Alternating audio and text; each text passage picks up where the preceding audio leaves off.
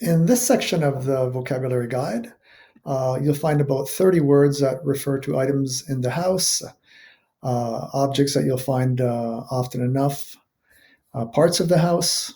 All right, so go through, make sure you spend the time you need to go from English to French, hiding the columns and listening to the sound as well. Then I'll have a grammar point to make and a few things to say about some verbs.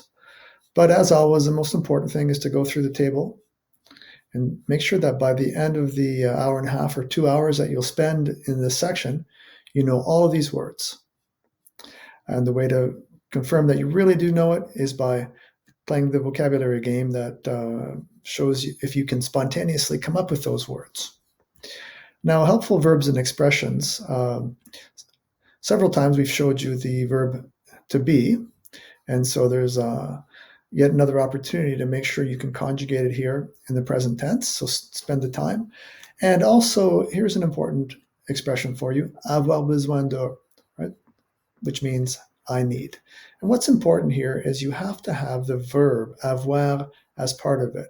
So you couldn't simply say j'ai besoin. That would be a mistake.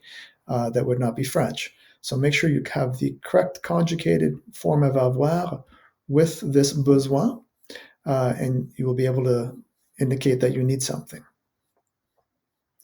We have a couple more verbs for you here, monter and s'asseoir, right? To go up a flight of stairs, and to sit down.